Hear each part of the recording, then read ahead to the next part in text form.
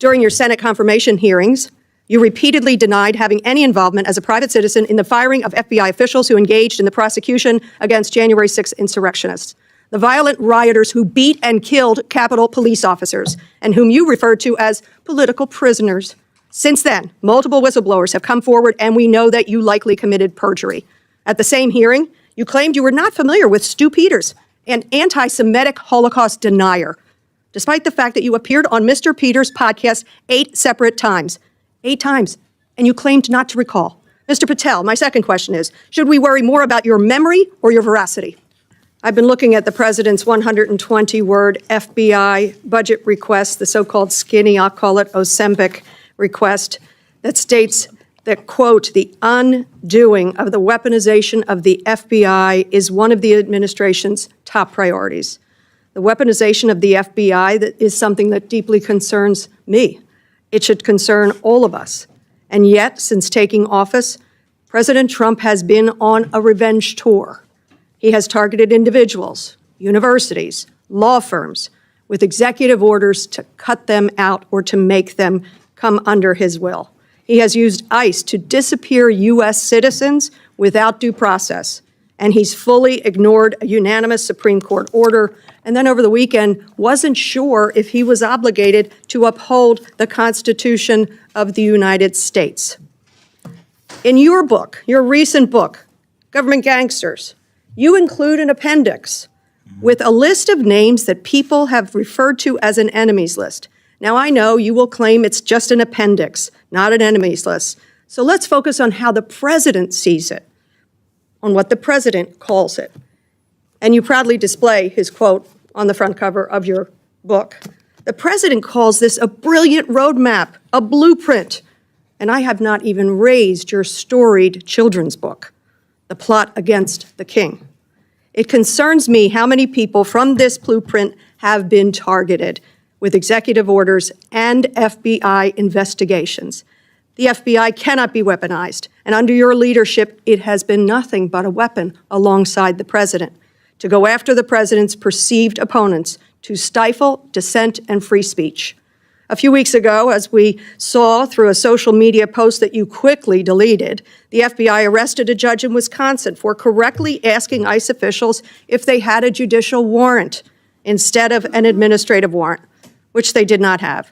Despite this judge following the law, on the morning of April the 25th, the FBI arrested the judge in an escalation of the weaponization of the FBI under your leadership. Let me be clear. A functioning democracy does not lock up judges. I am gravely concerned about the utter lack of independence of the FBI and its weaponization under your leadership.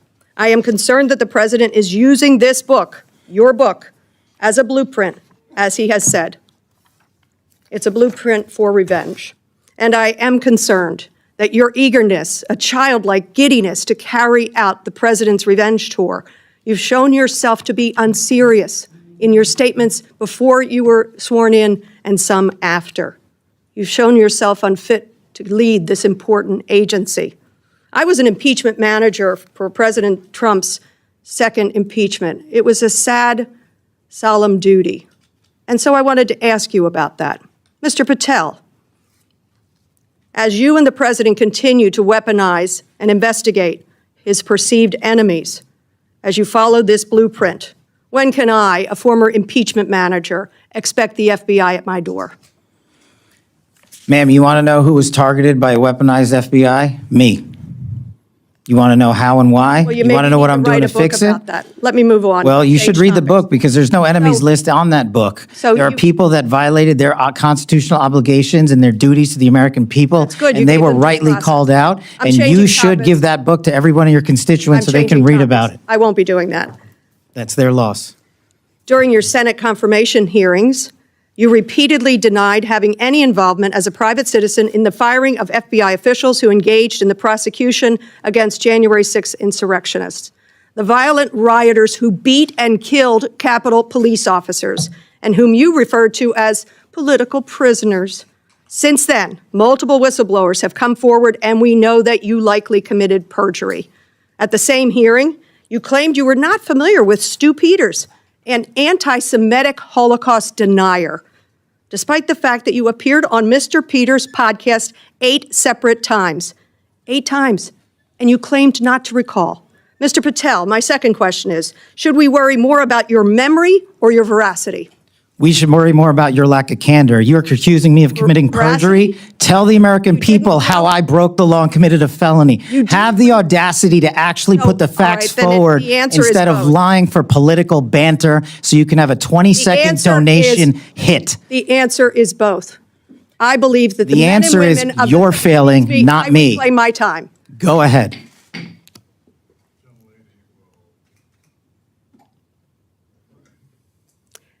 Mr. Patel, I believe that the members of the FBI, and I know many of them, many retired, 38,000 people, as you say, it's a little less than that now, deserve the very best, deserve extraordinary independence, deserve freedom from the fears of being investigated, the freedom of coming forward to make sure they're doing their job.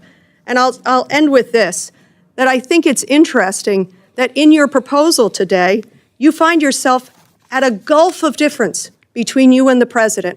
I wonder how you will resolve that. Will you go to the president and say, we need $11.2 billion, not what you cut out of here? You're asking for more than $1 billion than the president's request. Are you going to go to the president and straighten out that gulf? I'll do what I've always done and represent the American people, defend this country, and make sure the Constitution is always upheld and the FBI is never weaponized. Maybe you should do the same. So you agree with the president when he says he doesn't know if he should uphold his constitutional duty? If you want to just keep putting words in my mouth, the TV cameras are outside.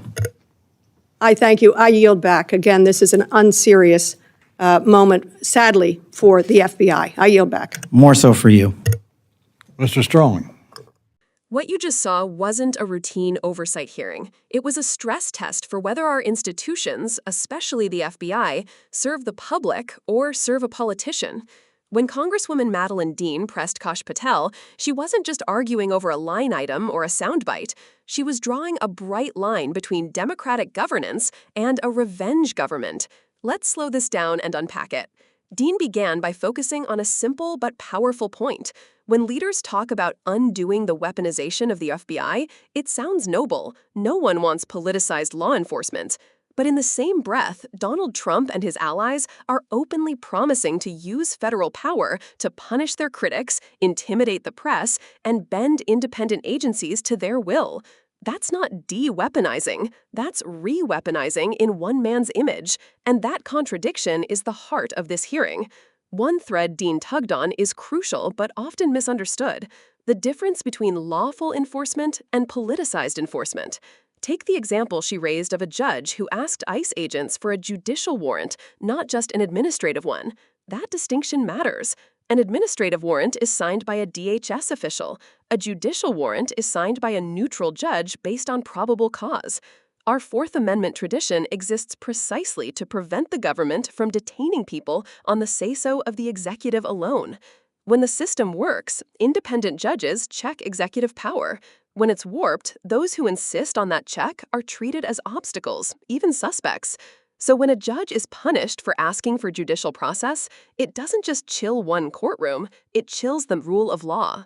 Dean also referenced Kash Patel's book, Government Gangsters, which Donald Trump himself praised as a blueprint. That word matters. A memoir looks backward. A blueprint looks forward. It's a plan. And when a political leader frames a plan in terms of retribution and enemies, you should immediately think about history's caution signs, Nixon's enemies list, COINTELPRO, the Church Committee's revelations. We've been here before, and we passed reforms precisely so that the FBI and the broader intelligence community could not be directed like partisan attack dogs. Those reforms created a web of guardrails: DOJ's independence norms, the Office of Inspector General, career civil service protections, congressional oversight, guidelines on contacts between the White House and DOJ, and judicial review. None of those safeguards are glamorous. All of them are essential. Patel's response followed a familiar playbook. Rather than engaging the substance, he claimed victimhood, accused his questioner of lying, and tried to flip the frame. The real weaponization, he says, is against him. Here's the problem with that dodge. If every accountability question becomes proof of persecution, then accountability itself becomes impossible. A democracy needs institutions strong enough to investigate real crimes and abuses without being accused of heresy every time they touch powerful interests. That's what independence means in practice. Not that the FBI is perfect, it isn't, but that its mistakes are corrected by rules, oversight, and transparency, not by loyalty tests and purges. Let's talk about budgets for a second, because Dean raised that too, and it's more than a footnote. The FBI is funded by Congress, and presidents send requests, sometimes very short, skinny requests, signaling priorities. Budgets aren't just numbers, they're values. If you say you want to fix the FBI while simultaneously pressuring it to investigate political enemies, your budget becomes leverage, not governance. That's exactly how politicization often works, through subtle budget threats and public intimidation that push the line without ever writing retaliation into law. Another piece that deserves clarity is the allegation and counter-allegation around January 6th and so-called political prisoners. Words matter. The people who violently breached the Capitol were not peaceful protesters. Hundreds have been charged and convicted by juries, judges, and plea agreements under laws that predate Trump or Biden. Minimizing that violence or recasting it as legitimate dissent is more than rhetorical spin. It's a way to condition the public to accept a different standard of justice for our side. That's the tell of authoritarian movements everywhere. Law and order for them, impunity for us. We should also be honest about the role of propaganda here. When political actors publish children's books that recast complex investigations into simple tales of heroes and villains, they are not trying to educate, they're trying to inoculate their audience against facts. That's why hearings like this matter. They force claims into the open where they can be questioned on the record with the stakes explained to the public. But a hearing isn't a magic wand. If the public doesn't know what to listen for, the loudest voice wins. So here's what to listen for whenever you hear the phrase weaponization of government. First, look at directionality. Are the proposed reforms designed to make enforcement more impartial or to shield allies and target critics? Second, look at process. Do the changes reinforce neutral checks like judicial warrants, independent inspectors general, and clear contact policies between the White House and DOJ, or do they concentrate discretion in hand-picked loyalists? Third, look at transparency. Are they expanding public reporting, whistleblower protections, and data access, or are they narrowing who can see what while shouting witch hunt at anyone who asks? And a word about whistleblowers because they were invoked. Real whistleblowing is protected speech that reveals wrongdoing to oversight bodies with evidence. It is not a blanket shield for partisans to leak cherry-picked claims, refuse to cooperate with investigators, or avoid cross-examination. Again, process is the point. If the process is fair and consistent, the outcomes can be trusted, even when they land on people we like. Dean's final exchange, pressing Patel on whether he'll stand up to presidential pressure on funding, gets to the core question: who do you work for? The correct answer in a constitutional democracy is not the president, and it's not my base. It's the public. Defending the Constitution is not a slogan. It's a willingness to say no to your own team when they cross a line. That's what independence looks like in the real world. Sometimes it's boring memos about contact policies. Sometimes it's telling a president they can't have a thing they want. Sometimes it's a career official refusing to sign a dubious warrant. And sometimes it's a member of Congress using their 5 minutes to put those stakes on the record. If you felt a little uneasy watching this, that's healthy. A functioning democracy depends on institutions we don't have to think about every day. When they're dragged into the culture war, we're all forced to become stewards of norms most of us never learned in school. So here's the lesson to take with you. Real accountability is slow, documented, and often unsatisfying. Revenge is fast, loud, and addictive. When you hear promises of the latter dressed up as the former, that's your cue to lean in, ask better questions, and defend the boring guardrails that keep government from becoming a weapon. If you believe the FBI and the courts should answer to the Constitution, not to a politician's enemies list, stay engaged. Read before you repost. Support watchdog journalism and civil society groups that defend due process and independent oversight. And yes, hold your representatives to the standard you heard today. Strengthen the guardrails, don't torch them. If you want more coverage that explains the stakes and the structures behind the headlines, subscribe, share this video, and drop a comment about what parts of the system you want us to unpack next. Warrants, oversight, budgets, you name it. We'll break it down.